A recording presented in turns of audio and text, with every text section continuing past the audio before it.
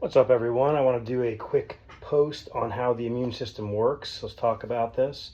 So, when we talk about having immunity to something, it's called immunological memory. And your immunological memory comes from what's called memory cells. And you have memory cells for B lymphocytes and memory cells for T lymphocytes. So, these B cells and T cells, once you get an infection, they proliferate, become activated, and they make what's called memory cells. Okay, and those memory cells are designed so that if you ever encounter that specific pathogen again, your body responds more vigorously, bigger, stronger, faster, essentially, so that you don't get the disease process.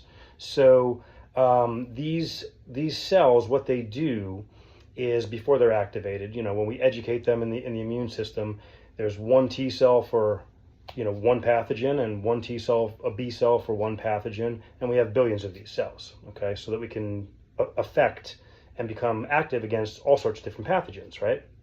So what you have on the end of a red blood of your cells, not just red blood cells, are these antigens, okay? Antigens are, think of them like little flags, right? They're called glycoproteins.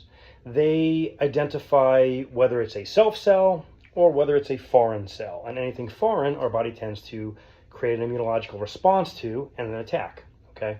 So now let's talk about something here, okay?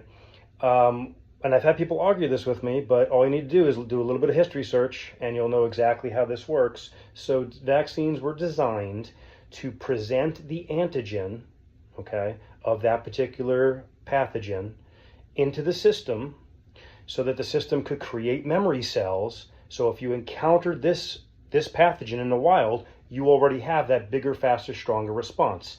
That is a preventative medicine. It is specifically, and always has been, specifically designed to prevent the disease process, okay? In 1796 was the first vaccine for smallpox, and then in 1881, Louis Pasteur gave what we would consider our first definition of vaccine as a preventative medicine. Now that definition has been used all the way up until 2021. Can we think of anything that happened in 2021? Could it be that a vaccine was created that did not prevent the spread of the disease, did not prevent you from contracting the disease? So that actual preventative portion that was in the CDC's definition was taken out of the definition because that's not a vaccine. Okay, it doesn't work like a vaccine. A vaccine creates memory cells. A vaccine causes your immune response. And it could be a dead vaccine.